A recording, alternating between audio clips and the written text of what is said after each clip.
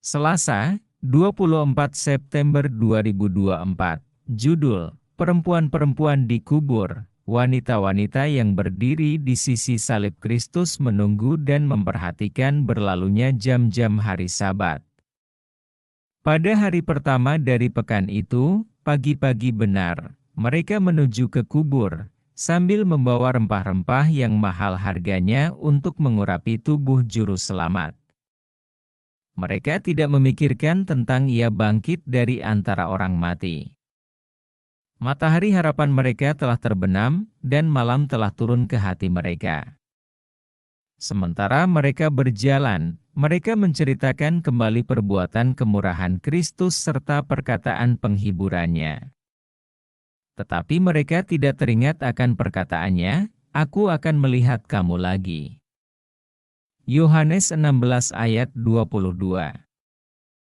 Ellen G. White, Alfa dan Omega Jilid 6 halaman 441, bacalah Markus 16 ayat 1-8.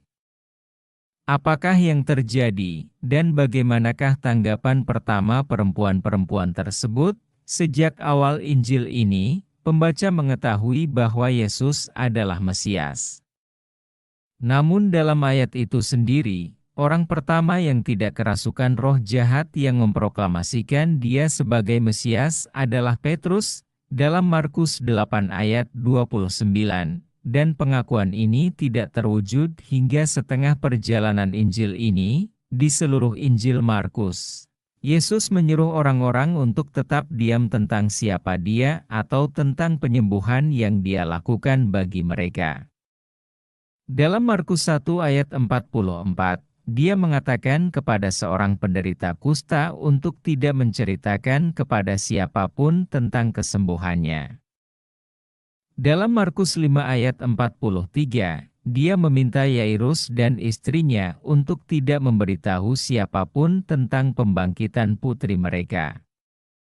Dalam Markus 7 ayat 36, dia memerintahkan sekelompok orang untuk tidak memberitahu orang-orang tentang penyembuhannya terhadap orang yang tuli dan bisu.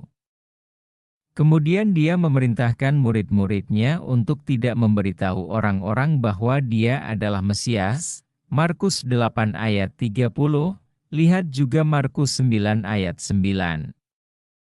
Tidak diragukan lagi. Alasan utama Yesus menyuruh mereka berdiam adalah untuk memberikan dirinya waktu untuk menyelesaikan pelayanannya sesuai dengan nubuatan waktu di Daniel 9 ayat 24-27.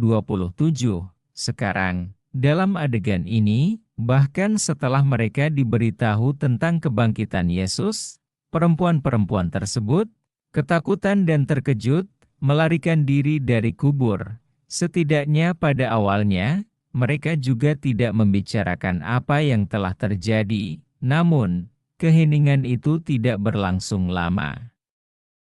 Pada saat kita mencapai akhir Injil Markus, apakah yang kita baca selain mengenai ini? Mereka pun pergilah memberitakan Injil ke segala penjuru, dan Tuhan turut bekerja dan meneguhkan firman itu dengan tanda-tanda yang menyertainya. Markus 16 ayat 20. Dengan demikian, motif untuk berdiam diri tentang Yesus dan tentang siapa dia serta apa yang telah dia lakukan telah hancur. Injil ini berakhir dengan mereka berkhotbah ke segala penjuru. Mengapakah kita seharusnya tidak boleh berdiam diri mengenai Yesus dan apa yang telah dia lakukan? Kepada siapakah Anda dapat ceritakan hari ini tentang Yesus dan rencana keselamatan?